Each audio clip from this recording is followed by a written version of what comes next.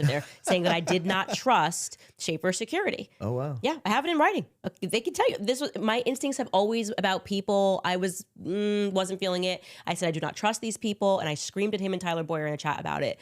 And now we're here, and I'm looking into Schaefer Security and Dan Flood's origins, and everything feels very wrong about it, and truly feels like he was just being completely set up from a time that I think he was young, like going back to GATE programs and where he was placed. And I call it his X-Men school, which is now called Quest Academy. And now it was previously called something else when Charlie went there.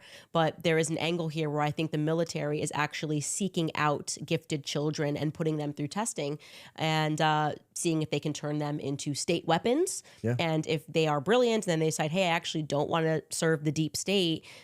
Some bad things can happen to those people. It's a little unique in America that we don't track people.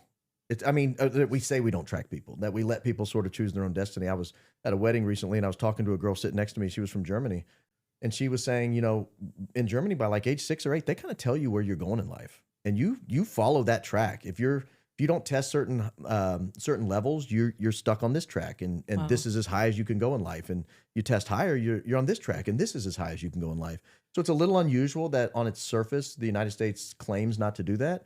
It's not surprising that you're starting to uncover that maybe they do actually do this in certain limited circumstances with certain really high IQ special people. Yeah, I think that was totally the circumstance, and we're going to find out more about that. I do want to say something else that just struck me as odd, and I don't mean to make people go crazy about this, but when they had AmFest and Erica came out, they played audio of Charlie saying that he wanted Erica to take over for him. And I was curious about that, because if you have the audio, shouldn't you have the video? Am I crazy for thinking should you have the video? Well, in an AI world, can we trust that even if you had the video, because it is so contradictory to everything he said, every time they're in a room together, every podcast, when it comes up to a woman working outside the home with young kids, his basic opinion is, at all costs, please don't do it if you don't have to. But here's what's interesting is that their story has been that if anything ever happened to him, he wanted Erica to take over. And let me tell you why that suddenly strikes me as odd.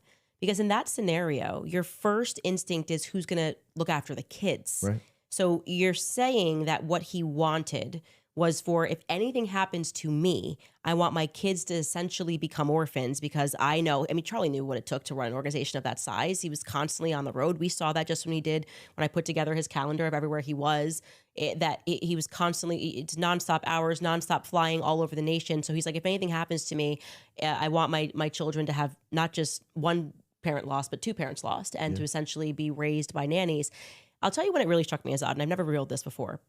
I didn't think one way or the other about this statement about Erica taking over. I thought, and I still do believe, that at some point in the past he would have said, oh, she's super smart. And he used to say, oh, she's really smart, whatever, great compliments about her.